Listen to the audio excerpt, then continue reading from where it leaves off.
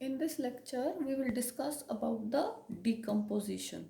What is decomposition? It is a process of physical and chemical breakdown of complex organic remains by organisms called decomposers.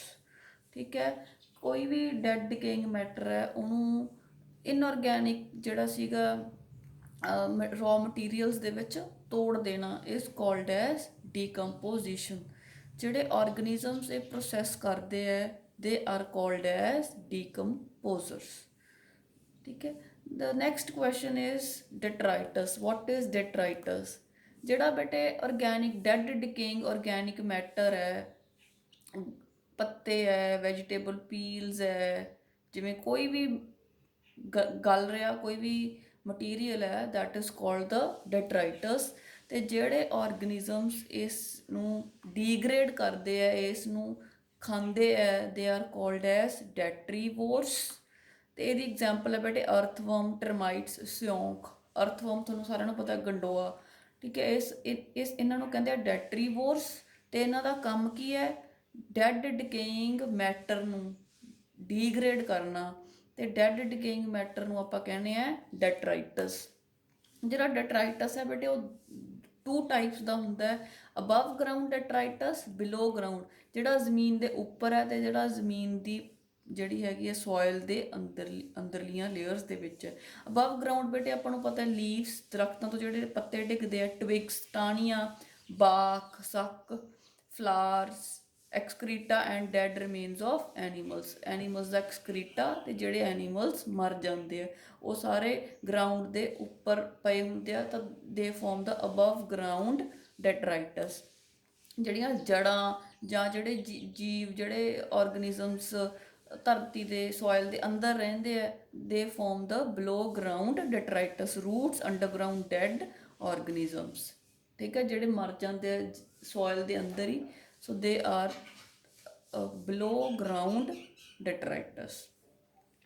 ਸੋ ਬੇਟੇ ਹੁਣ question ਕੀ ਹੈ ਕਿ ਆਪਾਂ ਕਰਨਾ ਹੈ ਕਿ ਜਿਹੜਾ ਡੀਕੰਪੋਜੀਸ਼ਨ ਹੈ, ਡੀਗ੍ਰੇਡੇਸ਼ਨ ਹੈ, ਬ੍ਰੇਕਡਾਊਨ ਹੁੰਦੀ ਹੈ ਆਰਗੇਨਿਜ਼ਮਸ ਦੀ, ਇਹ ਕਿਸ ਤਰ੍ਹਾਂ ਹੁੰਦੀ ਹੈ। ਤਾਂ ਬੇਟੇ ਜਿਹੜਾ ਪ੍ਰੋਸੈਸ ਹੈ it is grouped into 3 categories. First is fragmentation, second is leaching, third is catabolism. ठीक है, पहला आप करते हैं फ्रैगमेंटेशन। फ्रैगमेंट्स थोड़ा पता है टोटे। फ्रैगमेंटेशन मीनस तोड़ देना, तो तोड़दा कौन है? डेट्रीवोर्स। तो जिहड़ी चीज़ नूं आपां तोड़दे हैं, जिहड़ी डिग्रेडिंग मैटर नूं तोड़ना, दैट इज़ दी डेट्राइटस। ठीक है, हुण आपां फ्रैगमेंटेशन डिस्कस करते हैं। फ्रैगमेंट्स मीनस टोटे, छोटे टुकड़ियां च कर देना। ठीक है, this is called as fragmentation. तो सपोज कोई एनीमल है, ਉਹਦੀ ਡੈਥ ਹੋ ਜਾਂਦੀ ਹੈ, ਤਾਂ ਬੇਟੇ ਉਹਦੀ ਕਾਫੀ ਵੱਡੀ ਹੈ ਬੋਡੀ, ਤਾਂ ਉਹ ਮਤਲਬ ਡੀਗ੍ਰੇਡ ਕਰਨ ਲਈ ਜਿਹੜੇ ਮਾਈਕਰੋ ਆਰਗੇਨਿਜ਼ਮਸ ਹੈ, ਡੈਟਰੀਵੋਰਸ ਹੈ ਸੌਰੀ, ਤਾਂ ਉਹ ਕੀ ਕਰਦੇ ਆ, ਜਿਹੜੇ ਇਹਨਾਂ ਦੇ ਜਿਹੜੇ ਲਾਰਜ ਪੀਸਿਸ ਹੁੰਦੇ ਆ ਐਨੀਮਲ ਦੀ ਬੋਡੀ ਦੇ, ਉਹਨਾਂ ਨੂੰ ਅਬਜ਼ੋਰਬ ਕਰਦੇ ਆ। ਤੇ ਜਦੋਂ ਅਬਜ਼ੋਰਬ ਕਰਦੇ ਉਹਨਾਂ ਦੀ ਇੰਟੈਸਟਾਈਨ 'ਚ ਚਲੇ ਜਾਂਦੇ ਆ। ਇੰਟੈਸਟਾਈਨ ਦੇ ਵਿੱਚ ਜਿਹੜੇ ਲਾਰਜ ਪੀਸਿਸ ਹੁੰਦੇ ਆ, they are broken down into small fragments. ਛੋਟੇ ਛੋਟੇ ਟੁਕੜਿਆਂ ਦੇ ਵਿੱਚ ਟੁੱਟ ਜਾਂਦੇ ਆ ਇਨ ਦਾ ਸਮॉल ਇੰਟੈਸਟਾਈਨ। ਤਾਂ ਜਿਹੜਾ ਆਰਗੇਨਿਜ਼ਮ ਹੁੰਦਾ ਉਹਦੀ ਬੋਡੀ ਦੇ ਅੰਦਰ ਨਾਈਟ੍ਰੋਜਨਸ ਵੇਸਟ ਵੀ ਹੁੰਦੇ ਆ, ਤੇ ਜਦੋਂ ਜਿਹੜਾ ਉਹਦਾ ਫੀਕਲ ਮੈਟਰ ਹੁੰਦਾ ਉਹਦੇ ਵਿੱਚ ਜਿਹੜੇ ਸਮॉल ਫਰੈਗਮੈਂਟਸ ਹੋ ਗਏ ਉਹਦੀ ਇੰਟੈਸਟਾਈਨ 'ਚ, ਇਹ ਵੀ ਬਾਹਰ ਆ ਜਾਂਦੇ ਆ, ਤੇ ਜਿਹੜਾ ਨਾਈਟ੍ਰੋਜਨਸ ਵੇਸਟ ਉਹ ਵੀ ਬਾਹਰ ਆ ਜਾਂਦਾ, ਜਿਹਦੇ ਨਾਲ ਜਿਹੜੀ ਸੋਇਲ ਆ ਉਹ ਕਾਫੀ ਫਰਟਾਈਲ ਹੋ ਜਾਂਦੀ ਹੈ। ਠੀਕ ਹੈ, ਆਪਾਂ ਕੀ ਡਿਸਕਸ ਕੀਤਾ? Breakdown of detritus by detritivores into smaller particles. ਕਿਵੇਂ ਉਹ ਸਮॉलਰ ਫਰੈਗਮੈਂਟਸ 'ਚ ਕਰਦੇ ਆ? By absorbing the larger pieces. ਉਹਨਾਂ ਦੀ ਇੰਟੈਸਟਾਈਨ 'ਚ ਜਾ ਕੇ ਬ੍ਰੇਕਡਾਊਨ ਹੋ ਜਾਂਦੇ ਆ into simple fragments, into small fragments. ਠੀਕ ਹੈ, ਤੇ with the excreta it comes out. ਠੀਕ ਹੈ ਜੀ, ਜਦੋਂ ਜਿਹੜਾ ਹੁਣ ਸਮॉल ਫਰੈਗਮੈਂਟਸ ਉਹਨਾਂ ਨੇ ਰਿਲੀਜ਼ ਕਰਤੇ, ਠੀਕ ਹੈ, ਉਹਦੇ ਵਿੱਚ ਬੇਟੇ ਜਿਹੜਾ ਹੈਗਾ ਦੋ ਤਰ੍ਹਾਂ ਦੇ ਮਟੀਰੀਅਲਸ ਹੁੰਦੇ ਆ, ਇਨਆਰਗੈਨਿਕ ਮਟੀਰੀਅਲਸ ਐਂਡ ऑर्गेनिक मटीरियल्स। ਜਿਹੜਾ ਉਹਨਾਂ ਨੇ ਸਮॉल ਫਰੈਗਮੈਂਟਸ ਰਿਲੀਜ਼ ਕਰਤੇ ਇਨ ਦੀ ਫੀਕਲ ਮੈਟਰ, ਹੁਣ ਉਹ ਸਾਰੇ ਸੋਇਲ ਤੇ ਆ ਗਏ। ਉਹਦੇ ਵਿੱਚ ਦੋ ਤਰ੍ਹਾਂ ਦੇ ਮਟੀਰੀਅਲਸ ਆ, ਇਨਆਰਗੈਨਿਕ ਐਂਡ ਆਰਗੈਨਿਕ। ਜਿਹੜਾ ਇਨਆਰਗੈਨਿਕ ਹੁੰਦਾ ਹੈ ਉਹ ਪਾਣੀ ਦੇ ਵਿੱਚ ਘੁਲ ਕੇ it get soluble in water, ਤੇ ਉਹ ਧਰਤੀ ਦੀਆਂ ਥੱਲੜੀਆਂ ਜਿਹੜੀਆਂ ਲੇਅਰਸ ਹੈ ਉਹਦੇ ਅੰਦਰ ਚਲਾ ਜਾਂਦਾ। This process is called as leaching. water soluble inorganic nutrients go down into the soil. This process is called leaching. ਹੁਣ ਰਿਲੀਜ਼ ਇਨਆਰਗੈਨਿਕ ਹੋਇਆ ਸੀ ਐਂਡ ਆਰਗੈਨਿਕ। ਜਿਹੜਾ ਇਨਆਰਗੈਨਿਕ ਹੋਇਆ ਸੀ ਉਹ ਤਾਂ ਧਰਤੀ ਦੀਆਂ ਲੇਅਰਸ ਦੇ ਅੰਦਰ ਚਲਾ ਗਿਆ ਸੋਇਲ ਦੇ ਵਿੱਚ। ਜਿਹੜੀਆਂ ਆਰਗੈਨਿਕ ਸਬਸਟੈਂਸਿਸ ਬਚ ਗਈਆਂ ਸੋਇਲ ਦੇ ਉੱਪਰ, ਉਹਨਾਂ ਨੂੰ ਬੇਟੇ ਅੱਗੇ ਡਾਈਜੈਸਟ ਕਰ ਦਿੱਤਾ ਜਾਂਦਾ ਬਾਏ ਦਾ ਡੀਕੰਪੋਜ਼ਰਸ, ਜਿਵੇਂ ਫੰਜਾਈ, ਬੈਕਟੀਰੀਆ। ਇਹ ਡਿਫਰੈਂਟ ਜੂਸਿਸ ਸਕਰੀਟ ਕਰਦੇ ਹੈ ਐਂਡ ਜਿਹਦੇ ਨਾਲ ਜਿਹੜਾ ਹੈਗਾ ਆਰਗੈਨਿਕ ਸਬਸਟੈਂਸਿਸ ਹੈ ਡਾਈਜੈਸਟ ਹੋ ਜਾਂਦੀਆਂ ਇਨਟੂ ਸਿੰਪਲ ਸੋਲੂਬਲ ਫਾਰਮਸ। ਜਦੋਂ ਫਿਰ ਬੇਟੇ ਇਹਨੂੰ ਡਾਈਜੈਸਟ ਕਰ ਦਿੰਦੇ ਆ ਤਾਂ ਅੱਗੇ ਦੋ ਪ੍ਰੋਡਕਟਸ ਬਣ ਜਾਂਦੇ ਆ, ਇੱਕ ਹਿਊਮਸ, ਇੱਕ minerals, right. So what happens is, let's have a glance again. Fragmentation का मतलब छोटे छोटे पीसिस च तोड़ देना, फ्रैगमेंट्स च तोड़ देना, ठीक है। कोई भी डैड बॉडी है उन्होंने स्मॉल ਜਿਹੜੇ ਹੈਗੇ ਪੀਸਿਸ ਦੇ ਵਿੱਚ ਤੋੜਨਾ। ਇਹ ਕੰਮ ਕੌਣ ਕਰਦਾ ਹੈ? Detritivores. They break down the detritus into smaller particles in their intestine and they release these small fragments. When these small fragments are released, it contains inorganic nutrients and organic nutrients. ਜਿਹੜੇ inorganic nutrients ਹੈ ਉਹ ਪਾਣੀ ਨਾਲ ਘੁਲ ਕੇ ਜਿਹੜੀਆਂ soil ਹੈ ਉਹਦੀ ਅੰਦਰਲੀਆਂ layers ਦੇ ਵਿੱਚ ਚਲੇ ਜਾਂਦੇ ਆ। ਦਿਸ ਪ੍ਰੋਸੈਸ ਇਜ਼ ਕਾਲਡ ਐਜ਼ ਲੀਚਿੰਗ। ਤੇ ਜਿਹੜੇ ਆਰਗੈਨਿਕ ਸਬਸਟੈਂਸਿਸ ਹੈ ਉਹਨਾਂ ਨੂੰ ਫਰਦਰ ਜਿਹੜੇ ਡੀਕੰਪੋਜ਼ਰਸ ਹੈ ਉਹਨਾਂ ਨੂੰ ਡਾਈਜੈਸਟ ਕਰ ਦਿੰਦੇ ਆ ਬਾਏ ਸਕ੍ਰੀਟਿੰਗ ਡਾਈਜੈਸਟਿਵ ਐਨਜ਼ਾਈਮਸ। ਇਹ ਆਰਗੈਨਿਜ਼ਮਸ ਫੰਜਾਈ, ਬੈਕਟੀਰੀਆ ਆਪਾਂ +1 'ਚ ਡਿਸਕਸ ਕੀਤੇ ਸੀ। And they break down these organic substances into simple soluble forms. ਤੇ ਉਹ ਕਿਹੜੇ ਕਿਹੜੇ ਪ੍ਰੋਡਕਟਸ ਬਣ ਜਾਂਦੇ ਆ? Humus and minerals,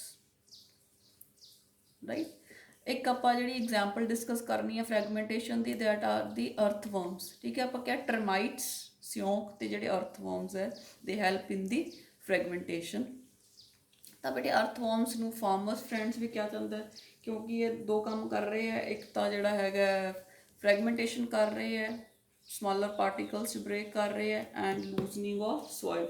ਲੂਜ਼ਨਿੰਗ of soil ਨਾਲ ਸੋਇਲ ਦੀ ਏਰੀਏਸ਼ਨ ਪ੍ਰੋਪਰ ਹੋ ਜਾਂਦੀ ਹੈ, ਅੰਦਰ ਤੱਕ ਸੋਇਲ ਜਾਂਦੀ ਹੈ, and both these factors make the soil fertile.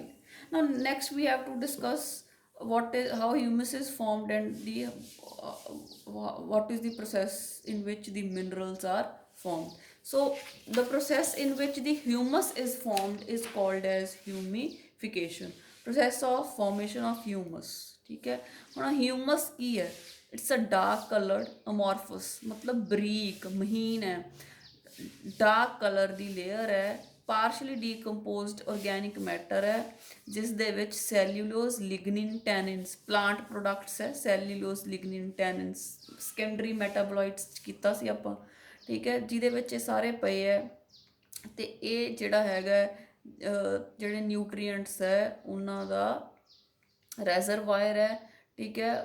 ਕਾਫੀ ਜ਼ਿਆਦਾ ਜਿਹੜੇ ਹੈਗੇ ਨਿਊਟਰੀਐਂਟਸ ਪਏ ਹੁੰਦੇ ਆ ਇਨ ਦਾ humus and it forms the top layer of the soil, and ਜਿੰਨੀ ਹਿਊਮਸ ਪਈ ਹੋਊਗੀ ਉਨੀ ਜਿਹੜੀ ਸੋਇਲ ਹੈ ਉਹ ਫਰਟਾਈਲ ਹੋਊਗੀ।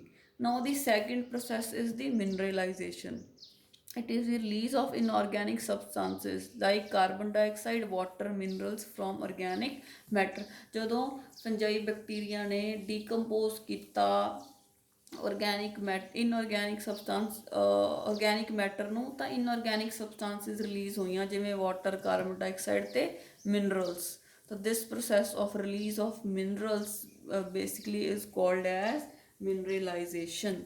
Now after that we have the factors affecting the rate of decomposition, कि decomposition कदों घट हो कदों ज़्यादा हो।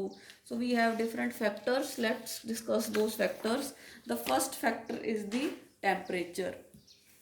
A soil temperature of 25 degree Celsius is optimum for formation of humus। ਜੇ 25 ਡਿਗਰੀ ਟੈਂਪਰੇਚਰ ਹੋਊਗਾ ਸੋਇਲ ਦਾ ਤਾਂ ਜਿਹੜੀ ਹਿਊਮਸ ਹੈ ਉਹ ਬਹੁਤ ਤੇਜ਼ੀ ਨਾਲ ਬਣੂਗੀ, ਅੱਛੀ ਰਫ਼ਤਾਰ ਨਾਲ ਬਣੂਗੀ। ਅਗਰ ਟੈਂਪਰੇਚਰ 10 ਡਿਗਰੀ ਤੋਂ ਘੱਟ ਜਾਂਦਾ ਹੈ ਤਾਂ ਜਿਹੜਾ ਹਿਊਮਸ ਬਣਨ ਦਾ ਪ੍ਰੋਸੈਸ ਹੈ ਉਹ ਬਹੁਤ ਸਲੋ ਹੋ ਜਾਂਦਾ ਹੈ। ਐਂਡ ਜਿਹੜਾ ਹੈਗਾ ਜੇ ਮੋਇਸਚਰ ਵੀ ਜ਼ਿਆਦਾ ਹੋਊਗਾ ਜਾਂ ਏਰੀਏਸ਼ਨ ਜ਼ਿਆਦਾ ਨਹੀਂ ਹੋਊਗੀ ਤਾਂ ਵੀ ਇਹ ਪ੍ਰੋਸੈਸ ਹੈ ਜਿਹੜਾ ਜ਼ਿਆਦਾ ਸਮਾਂ ਲੈ ਸਕਦਾ ਹੈ। ਹੁਣ ਜੇ ਆਪਾਂ ਗੱਲ ਕਰੀਏ ਟ੍ਰੋਪੀਕਲ ਰੇਨ ਫੋਰੈਸਟ ਦੀ, ਆਪਾਂ ਜਿੱਦਾਂ ਗੱਲ ਕੀਤੀ ਉੱਥੇ ਹਿਊਮਿਡ ਹੈ, ਮੋਇਸਚਰ ਜ਼ਿਆਦਾ ਹੈ, ਤਾਂ ਉੱਥੇ ਜਿਹੜਾ ਹੈਗਾ 3 to 4 ਮੰਥਸ ਦੇ ਵਿੱਚ ਜਿਹੜੀ ਕੰਪਲੀਟ ਜਿਹੜਾ ਡੈਟਰਾਈਟਸ ਹੈ ਉਹ ਬ੍ਰੇਕ ਡਾਊਨ ਹੋ ਜਾਂਦਾ। ਤਾਂ ਆਪਟੀਮਮ ਟੈਂਪਰੇਚਰ ਹੋਣਾ ਚਾਹੀਦਾ ਹੈ, ਮੋਇਸਚਰ ਆਪਟੀਮਮ ਹੋਣਾ ਚਾਹੀਦਾ ਹੈ।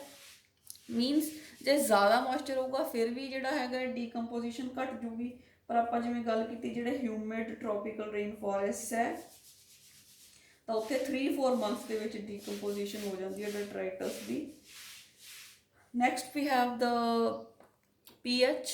ਠੀਕ ਹੈ, ਨਿਊਟਰਲ ਤੇ ਐਲਕਲਾਈਨ ਜਿਹੜੀਆਂ ਸੋਇਲਸ ਹੈ ਉਹਨਾਂ 'ਚ ਡੈਟਰਾਈਟੀਵੋਰਸ ਜਿਹੜੇ ਆਰਗੈਨਿਜ਼ਮਸ ਹੈ ਮਾਈਕਰੋ ਜਾਂ ਡੈਟਰਾਈਟੀਵੋਰਸ ਜਿਵੇਂ ਅਰਥਵਰਮਸ, ਟਰਮਾਈਟਸ, ਇਹ ਜ਼ਿਆਦਾ ਹੁੰਦੇ ਹੈ ਅਤੇ ਡੀਕੰਪੋਜੀਸ਼ਨ ਜਲਦੀ ਹੋ ਜਾਂਦੀ ਹੈ ਜੇ ਸੋਇਲ ਹੈ ਜਿਹੜੀ ਐਲਕੇਲਾਈਨ ਹੈ ਜਾਂ ਨਿਊਟਰਲ। ਜੇ ਐਸਿਡਿਕ ਸੋਇਲ ਹੋਊਗੀ ਤਾਂ ਉੱਥੇ ਡੈਟਰੀਵੋਰਸ ਘੱਟ ਹੁੰਦੇ ਹੈ, ਤਾਂ ਨਾਲ ਦੀ ਨਾਲ ਆਪਾਂ ਨੂੰ ਪਤਾ ਹੈ ਕਿ ਜੇ ਡੈਟਰਾਈਟੀਵੋਰਸ ਘੱਟ ਹੋਣਗੇ, ਡੀਕੰਪੋਜ਼ਰਸ ਘੱਟ ਹੋਣਗੇ ਤਾਂ ਜਲਦੀ ਜਿਹੜੀ ਹੈਗੀ ਹੈ ਮਾਈਕਰੋਬੀਅਲ ਐਕਟੀਵਿਟੀ ਨਹੀਂ ਹੋਣੀ, ਤਾਂ ਜਿਹੜਾ ਹੈਗਾ ਡੀਕੰਪੋਜੀਸ਼ਨ ਦਾ ਪ੍ਰੋਸੈਸ ਤੇਜ਼ੀ ਨਾਲ ਨਹੀਂ ਹੁੰਦਾ।